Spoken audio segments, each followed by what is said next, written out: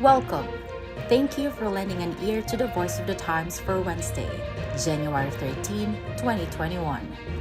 For today's editorial, Making Food Accessible and Affordable. In welcoming the new year, Filipinos should be thankful that the country will have likely attained record palay or unmilled rice output in 2020, despite the COVID-19 pandemic and the successive typhoons that hit the country in the latter part of the year. The Philippine Statistics Authority has projected that the country's palay output for 2020 will reach 19.44 million metric tons based on actual production of 11.9 million metric tons from January to September, and a projected harvest of 7.54 million metric tons for the fourth quarter. This would be a record for palay harvest in the country, surpassing the 19.27 million metric tons produced in 2017. If not for the successive typhoons at the end of the year, the country's palay harvest would have breached the 20 million metric tons mark, according to Agriculture Secretary William Dar. In the Philippines, the adequate availability of rice is without doubt the foundation of national food security. A shortage of rice, especially if this results in the dreaded rice pila or queues in our urban centers, is definitely bad publicity for any administration.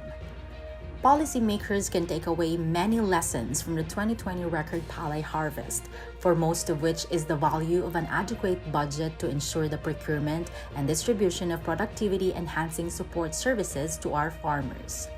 Republic Act 11203, or the Rice Tariffication Law, created a 10 billion Rice Competitiveness Enhancement Fund, or RCEF, from the tariff proceeds of imported rice. RCEF provides free seeds, farm equipment, subsidized credit, and training to the farmers.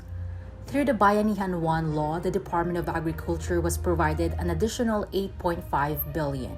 Secretary William Dar used the amount to distribute free fertilizer and hybrid seeds to the farmers.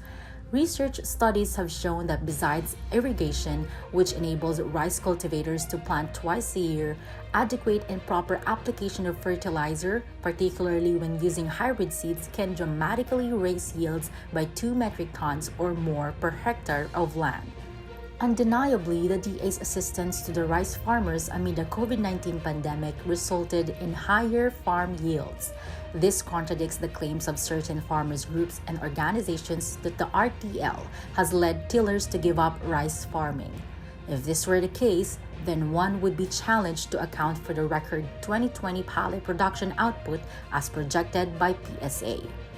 Ensuring adequate food supply for this year is a major victory but not a complete one. The next step is to ensure that food is available at affordable prices.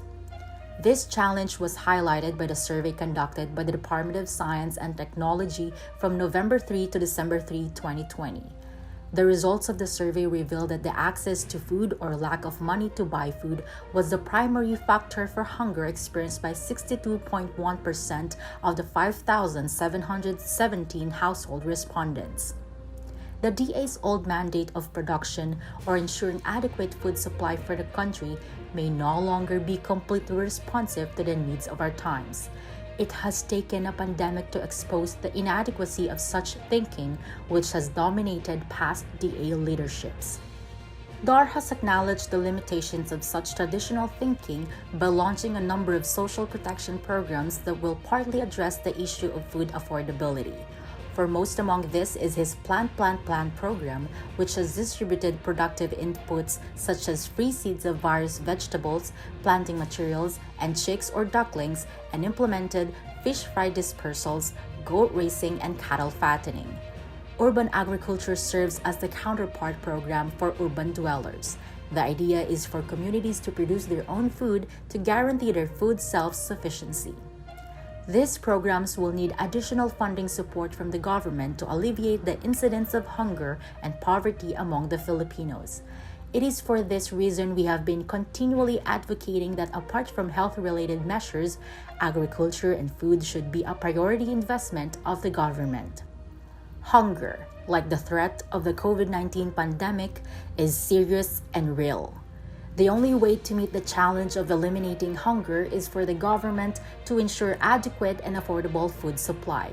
The DA has guaranteed steady food supply this year. It will be up to the government in its entirety to ensure that food is affordable to the poor and hungry. And that's the editorial for January 13, 2021. For more news and information, get a copy of the Manila Times on print. Subscribe to its digital edition or log on to www.manilatimes.net. Follow us on Twitter, Facebook, or Instagram, and listen to the Voice of the Times.